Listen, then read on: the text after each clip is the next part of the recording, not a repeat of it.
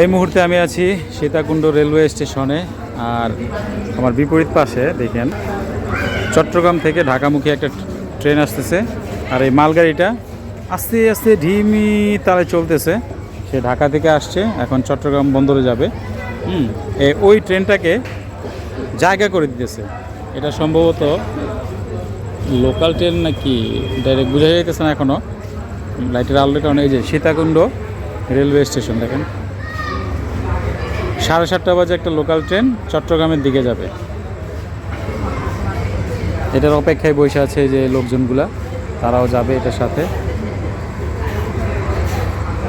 একেবারে ঢিমিতালে এটাও আসতেছে, কোনো যেন সংঘর্ষ না হয়, কোনো যেন দুর্ঘটনার মতন ঘটনা না ঘটে, এই কারণে আস্তে আস্তে যাইতেছে।